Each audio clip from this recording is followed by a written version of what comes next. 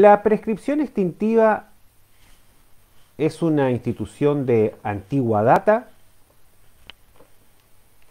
casi consustancial con el nacimiento del crédito. Le acompaña la idea de que dicho crédito, si no es ejercido activamente por el acreedor durante un plazo de tiempo generalmente amplio,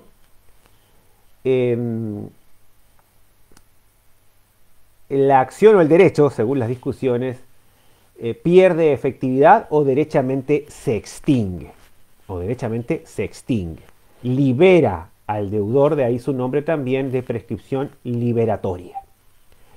Desde el punto de vista teórico, necesitamos algunas bases que son requeridas para las discusiones que luego se presentan. Es decir, aquí detenernos unos minutos para hacer algo o repasar algo de la doctrina que fundamenta esta cuestión de la prescripción es necesario. Bigot, el célebre maestro francés, señalaba que la prescripción de todas las instituciones es sin duda la más necesaria para el orden social. La idea que en algún momento los derechos se consoliden y las situaciones eventualmente conflictivas entre las personas no se eternicen, generando inestabilidad social. Eso no significa que otros autores hayan dicho que particularmente la prescripción adquisitiva, llamada usucapión también, no tenga ciertos reparos de índole moral, etc. Pero en general la doctrina acepta la prescripción extintiva o liberatoria como una institución necesaria. Puede ser que no sea del todo moral, del todo querible, pero sí necesaria. Como dice Malhuir, es necesario que el derecho civil reglamente las relaciones del hombre con el tiempo. En el derecho civil siempre está presente el paso del tiempo, ya sea para extinguir, para consolidar situaciones, para extinguir derechos, para valorar prestaciones, el reajuste o los intereses. O sea, el tiempo siempre aparece como un factor que el derecho civil debe regular, o debe considerar al menos. Y ahí surge, estoy haciendo, insisto, un breve repaso muy liviano, muy superficial, pero necesario para comprender algunas cuestiones teóricas básicas de la prescripción liberatoria. Por un lado tenemos la teoría unitaria, diríamos la que siguió la corriente más clásica del derecho francés en base a las opiniones del célebre Domat, que sostenía que la prescripción como institución es una sola, no se aprecia ningún tipo de diferencia. Donde hay un plazo que vencido provoca alguna pérdida de derecho, hay prescripción. De manera tal que en esta prescripción entraría la liberatoria, la adquisitiva o usucapión e incluso figuras que hoy son conocidas como caducidad, como luego veremos. Eso es lo que se llama la teoría unitaria. Por otro lado, la teoría bipartita, defendida entre los clásicos por Aubry y Roux,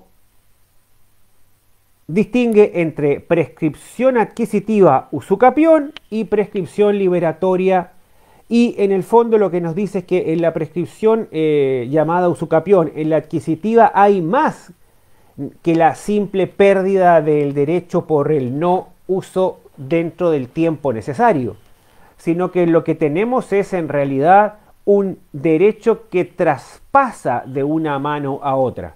Es un auténtico, dicen, modo de adquirir, más que una forma de liberar. O sea, las personas no se liberan por la usucapión, ¿no es cierto?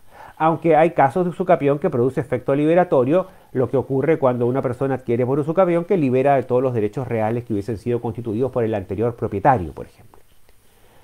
Nuestro Código Civil indudablemente salta a la vista, incluso geográficamente en el Código, 640 y algo para la liberatoria, como veremos enseguida, 1900 y algo para la usucapión, aparece evidentemente como dos instituciones distintas. O sea, claramente nosotros seguimos, el maestro de Gasperi siguió la teoría bipartita, en que separó en dos instituciones distintas, aunque en lo que es un error técnico, porque si separamos en dos teorías distintas, los fenómenos que afectan a una y otra debieran regularse por separado, se comete el error en nuestro código que trae algunas consecuencias nefastas propias de la usucapión, no nos corresponde estudiarlas hoy, de traer, como dice el código, hacer aplicables a la usucapión los mismos o las mismas circunstancias que interrumpen o suspenden la prescripción liberatoria, lo que es un grave error del punto de vista técnico, que afecta mucho,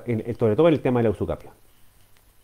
Por otro lado, y esto es importante también, la otra discusión que se presenta es acerca de el fundamento mismo de la institución. Y en ello radica una cuestión no menor, que es discutir si la prescripción liberatoria es o no de orden público.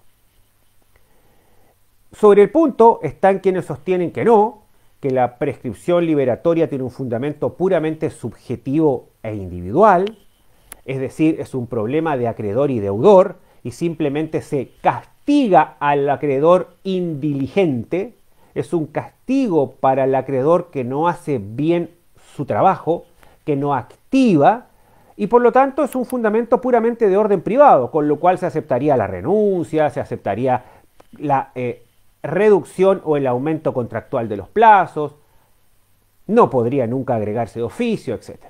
En el otro extremo aparecen los que sostienen que la prescripción extintiva tiene un fundamento objetivo, de orden público, social, y que se fundamenta en la convalidación de los derechos, en el interés de los demás. No es un problema del interés del acreedor y deudor, sino el interés de los demás en que se consolidan los derechos. La mayoría de los códigos modernos, entre ellos el paraguayo, como suele ser más razonable siempre, se colocan en una posición mixta.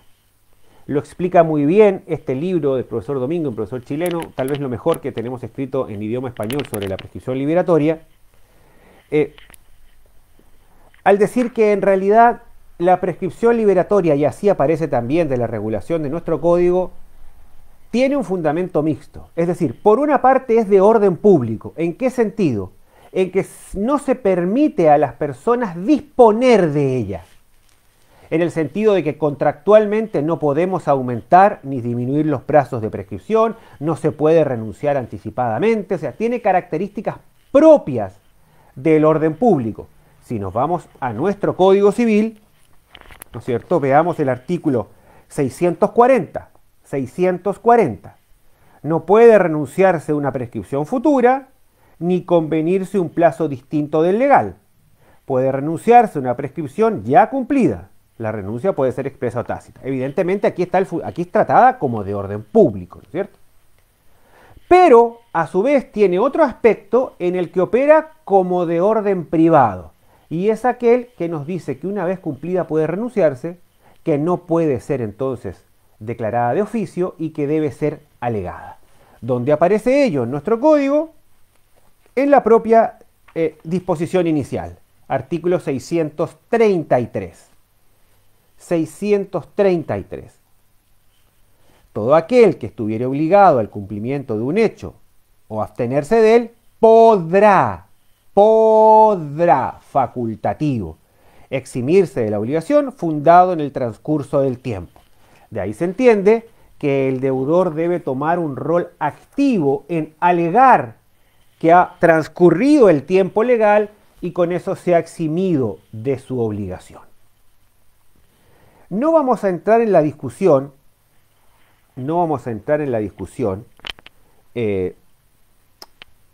teórica profunda sobre esto, que es muy amplia. No están equivocados quienes dicen que es de orden público y tampoco están equivocados quienes que dicen que hay aspectos de orden privado, porque así es. Es una posición mixta que es la tradicional en el derecho moderno. Es decir, la prescripción, recuerden, por ahí empezamos la clase, tiene un rol eminentemente práctico, es una institución utilitaria. La prescripción no es una institución de principios, no es la buena fe, no es la autonomía, no es el dirigismo contractual, no hay un principio detrás. Es una institución utilitaria, cuyo fin es convalidar derechos básicamente. Y así entendido tiene aspectos de orden público, es decir, las partes no pueden alterar la manera en que la ley la ha regulado, pero aspectos de orden privado. Para que la institución opere, debe ser alegada por aquel que es beneficiario de ella. ¿Está claro? Por eso esa confusión que a veces dicen, no, si algún libro dice que es de orden público, entonces debería poder declararse de oficio. No, es de orden público en un aspecto, pero es de orden público en la forma en que opera, que desencadena el funcionamiento de la ley. Por eso se dice que es de orden mixto, como lo acabamos de leer también en la obra del profesor Domínguez en Tres Mutados. Lo mismo dice el profesor de Gasperi en su Tratado de las Obligaciones, particularmente en el artículo la página 90 y siguiente del tomo 1. Así entendido, entonces, aclaramos la primera duda, la primera confusión que suele producirse. ¿Es de orden público? Sí, en el sentido de que la institución solamente es regulada por la ley. El contenido de la institución no puede ser regulado por las partes. Las partes no pueden crear prescripciones, cambiar los plazos, ampliarlos, restringirlos, nada. Pero es de orden privado en cuanto a qué hace operar la institución. Para que la institución se active, se requiere la alegación por parte del deudor. Si no, no se activa. Aclarado eso, que me parece que queda bastante claro, no hay duda en nuestro código 673, orden privado en cuanto a la operativa, 640, orden público en cuanto al contenido de la institución. De Gasperi es muy claro en esto también. Lo pueden ver, para los que tengan el anteproyecto, pueden ver sus notas al pie del artículo 3553 del anteproyecto. Ahí pueden, para no leerlo ahora y aburrirlos, ¿no es cierto?, pueden verlo ustedes en su momento. Entonces, eso queda claro. Institución en nuestro código mixta, carácter objetivo-subjetivo, carácter privado y público. 640, 633, 640.